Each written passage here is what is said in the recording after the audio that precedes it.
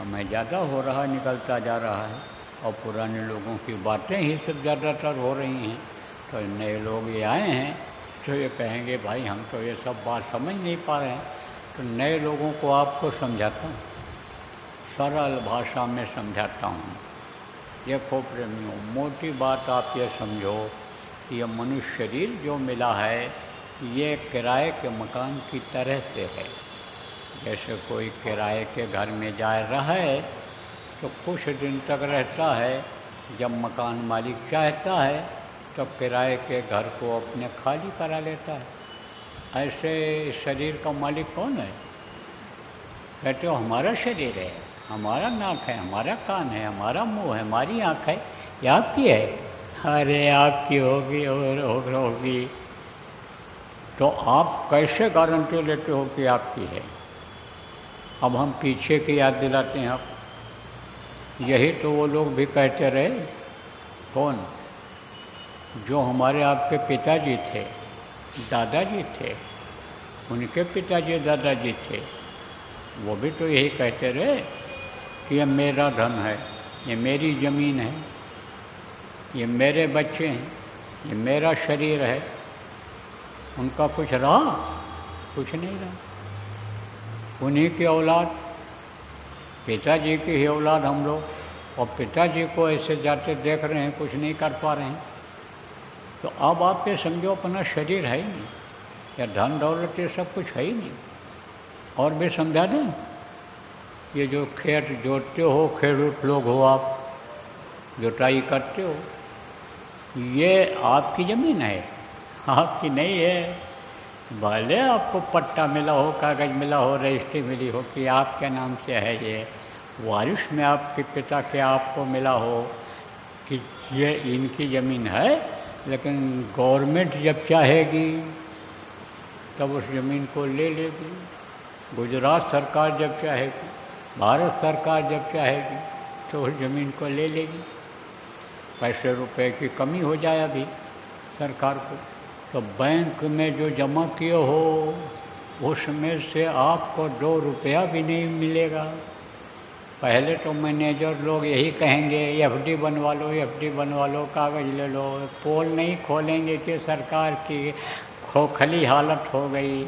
उसके बाद में कह देंगे भाई आफत आ गई, आंधी आ गई, रुपया नहीं रह गया, करेंसी नहीं रह गई, उसको उसमें लगा दिया गया। किस में लगा दिया गया? भूकंप में लगा दिया गया, आग लग गई, स्वाहा हो गया, सब लड़ाई हो गई, उसमें सब खत्म हो गया। अब आपका नहीं है तो क्या करोगे? ये शरीर आपका नहीं है, जब वो चाहेगा तब तो खाली करा लेगा, धड़ाम से गिरेगा। इंतज़ार करेगा कि घर पहुंच जाएं तब खाली कराएं, या आपको मौका देगा कि हम बच्चे को रोटी बना के खिला दें, दूध पिला दें, हम यानी फाइल पर दस्तखत कर दें, अपने जानवरों को हम खिला दें, दूध निकाल दें, तब हमको ले चलो। मौका देगा? 1 मिनट का भी मौका नहीं देता। कहता खाली करो, चलो समय पूरा हो गया। फिर उस समय पर किसी का कोई भी जोर नहीं चलता है। तो ये किराए के मकान की तरह से है। जैसे किराए का मकान कोई खाली कराता है, नोटिस देता है कि भाई हमारा घर अब खाली कर दो, और नोटिस भी मिलती है। कब मिलती है? कि जब बाल पकने लगते हैं, चेहरे पर झुर्रियाँ पड़ने लगती हैं, हाथ पैर आँख कान कमज़ोर हो जाता है, तब समझ लो नोटिस मिल गई, समझ लो कि वारंट कट गया। अब कब गिरफ्तारी हो जाए इसका कुछ पता नहीं है। अब उस समय भी अगर नहीं चेते, जो ज़्यादा बुढ़े लोग बैठे हो, ओल्ड एज जिसको कहते हैं, ओल्ड एज वाले हो, इस वक्त भी अगर नहीं चेते और उसी मोह माया में फंसे रहे, जो ज़िंदगी भर जिसमें फंसे रहे, समय निकल गया, आपका पता भी नहीं चला, बचपना थी तो नहीं पता चला, खेल खाल के खिलाया, जवानी आई, खाने पीने गृहस्थी को संवारने में लगे रहे, और न चाहते हुए बुढ़ापा आ गई।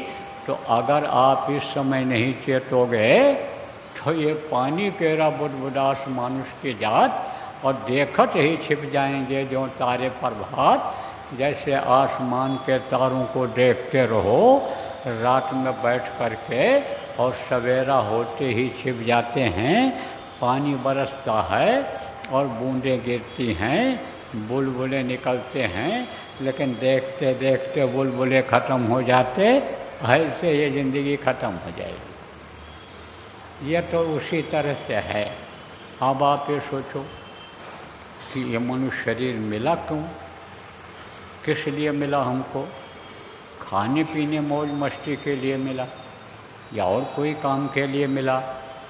यही काम तो जानवर भी करते हैं, लेकिन उनकी बुद्धि नहीं होती। जैसे आदमी खाता है और संडास करता, लेट्रिन करता है, यही काम तो जानवर भी करते हैं। बच्चा पैदा होने का काम वो भी करते हैं, आदमी भी करता है। तो यही काम वही काम जानवरों वाला अगर करते रहोगे तो बुद्धि किस लिए दिया है?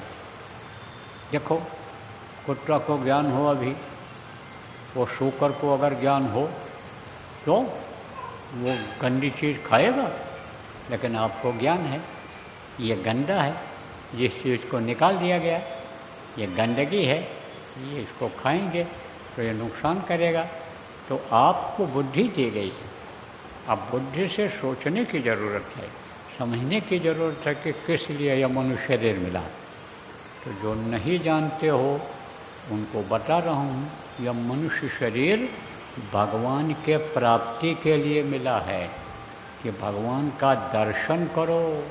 इसी मनुष्य शरीर में भगवान का दर्शन होता है, इसी मनुष्य शरीर के अंदर में देवी देवताओं का दर्शन होता है, इसी में स्वर्ग और वैकुंठ दिखाई पड़ता है, जिंदा जिंदा रहते हुए दिखाई पड़ता है। मरने के बाद न किसी ने भगवान को देखा और न देखेगा, न किसी ने स्वर्ग को देखा न देखेगा। वही देखेगा जो स्वर्ग वैकुंठ में जाने का अधिकारी होगा, वही देखेगा, बाकी नहीं देख सकते। तो अब आप ये समझो, मरने के बाद कुछ नहीं हो सकता है। मरने के बाद तो सज़ा मिल जाएगी, हाथ पैर आँख कान से जो आपने गलती की है, बुराई की है, उसकी सज़ा मिल जाएगी। इसलिए अभी चेतने की ज़रूरत है जब तक ये शरीर चल रहा है। तो इसलिए मिला, किस लिए मिला? कि भगवान का भजन करो। माँ के पेट में थे तो होश में थे, उस समय पर सब पीछे का भी दिखाई पड़ता था।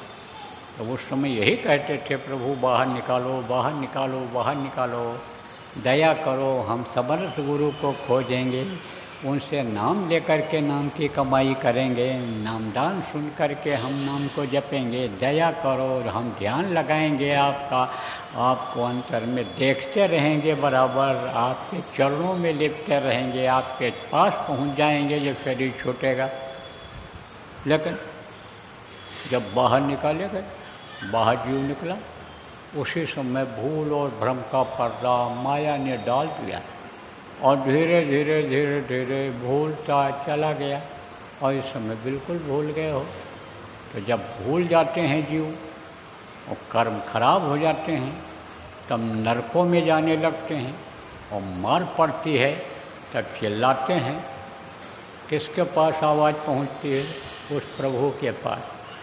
तब वो संत को भेजता है, जाओ बताओ, समझाओ इनको और रास्ता बताओ, कराओ और रास्ते पर इनको चलाओ और फिर इनको लेकर आओ।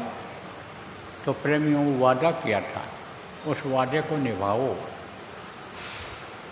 अब आपको ये बात तो बताई गई, गुरु महाराज भी बताते रहे, जितने भी संत महात्मा इस धरती पर मनुष्य शरीर में इस काम के लिए आए, सब बताते रहे, चताते रहे। भाई नरकों से ऐसे बचा जाता है, स्वर्ग वैकुंठ को इस तरह से देखा जाता है, भगवान का दर्शन इस तरह से किया जाता है। ये तो बताते हैं कि होता है, लेकिन किया कैसे जाता है, होता कैसे है? जब कोई रास्ता बताने वाला मिलता है तभी तो मंजिल तक आदमी पहुंच पाएगा। तो यह रास्ता भगवान से मिलने का कौन बताता है? इस मनुष्य शरीर में भगवान के दर्शन करने का कौन बताता है? जो बताता है उसी को गुरु कहते हैं। जैसे दुनिया के काम को सिखाने वाले गुरु होते हैं, लोहे का काम, लकड़ी का काम, घड़ी बनाने का काम, बिजली का काम, गाड़ी बनाने का काम, दाढ़ी बनाने का काम, ये जो सिखाते हैं उनको गुरु कहते हैं। उससे क्या होता है? पेट भरता है, बच्चों की परवरिश होती है, कमाई होती है धन की, तो वो विद्या गुरु कहलाते हैं। और एक आध्यात्मिक गुरु होते हैं जो अंतर में भगवान का दर्शन कराते हैं। जहाँ का जीव तहाँ पहुँचावा, जहाँ से ये जीवात्मा यहाँ आई है, मृत्युलोक में फंस गई है, वहाँ पहुँचाया करते हैं, तो उनको समर्थ गुरु कहा गया है। हमेशा इस धरती पर रहे हैं ये हमारे गुरु महाराज, ये जिनकी तस्वीर लगी हुई है, ये समर्थ गुरु थे और इन्होंने लाखों नहीं करोड़ों लोगों को ये रास्ता बताया और बहुत से लोग अंतर में भगवान का दर्शन करते थे, आज भी करते हैं, आज भी करते हैं। इसी में बैठे हुए हैं, इसमें बैठे हुए हैं। आप कहोगे तो मैं, आप समझो कोई चैलेंज करोगे आप, तो मैं परिचय करा दूँगा। ऐसे ही हैं साधारण, जैसे आप लोग कपड़ा पहने हुए हो, शर्ट पहने हुए हो, पजामा पहने हुए हो, बच्चियाँ जैसे धोती पहने हुए, ऐसे बच्चियाँ तो अच्छी साधना है जिनकी, सबकी बनती है। जो कर ले जाते हैं आचार विचार खान पान सही करके अपना, उनको सबकी बनती है, सबको कुछ न कुछ मिलता है। तो बहुत से लोगों को मिल भी रहा है, बहुत से लोग पार हो गए, अपने घर पहुंच गए, पिता के पास पहुंच गए, या मिट्टी और पत्थर के घर में जिसमें रह कर के गुजारा करते हो, कहते हो मेरा घर, या आपका घर नहीं। बाप दादा भी यही कहते चले गए, मेरा घर मेरा घर मेरा घर, तो उनका नहीं हुआ, आपका कैसे होगा? अपना घर तो कहीं और है, तो अपने घर पहुंच गए। अभी संतों की परंपरा रही है कि जब वो इस धरती से जाने लगते हैं तो किसी न किसी को अधिकार दे करके जाते हैं कि ये काम अब ये करेंगे। गुरु महाराज की दो बातें माने मुख्य रही हैं, किसके लिए? मुझ ना चीज़ के लिए, मेरे लिए। उन्होंने सत्संग मंच से बोल दिया था, मैं खड़ा था वहीं पर नामदान समझा रहा था, गुरु महाराज ने बसीरतगंज समझो उन्नाव जिला उत्तर प्रदेश में कहा था कि ये नए लोगों को नामदान देंगे और पुरानों की संभाल करेंगे। तो पुरानों की संभाल करने के लिए बताता रहता हूँ। साधना शिविर के बारे में साधना बताया आपको, साधना शिविर लगाने के बारे में बताया, लगवाने वाले को भी फायदा होता है, लगाने वाले को भी फायदा होता है, व्यवस्था करने वाले को भी फायदा होता है, करने वाले को भी फायदा होता है। ये सब आपको बताया और अब भी बता रहा हूँ। अगर ये कर ले गए तो इसी से आपका दुख दूर हो जाएगा। सुमिरन ध्यान भजन बच्चियों अगर कर ले जाओगी तो इसी से तकलीफ़ें सब चली जाएंगी। 100 मर्जों की एक दवाई, सुमिरन ध्यान भजन करो मेरे भाई। ये आप समझो करोगे जब तो तकलीफ़ें जाएंगी। और जो लगातार करने लग गए, परिवार वालों को कराने लग गए, पूछ लो उनसे, पूछ लो कि फ़ायदा हो रहा है कि नहीं हो रहा है। जो कहा जाता बताया जाता है उसको करते हैं, फ़ायदा हुआ कि नहीं हुआ, मिल जाएंगे उसमें। पूछ लो आप पुराने लोग कि जो बातें बताई गई और लगातार उसको किया और कर रहे हैं, फ़ायदा हो रहा है, फ़ायदा हो गया। करते हैं छोड़ देते हैं, छोड़ देते हैं। अमल तो बहुत पुराना है, कई जन्म जन्मांतर का कर्म है, तो एक दिन में कटेगा, 2 दिन में कटेगा।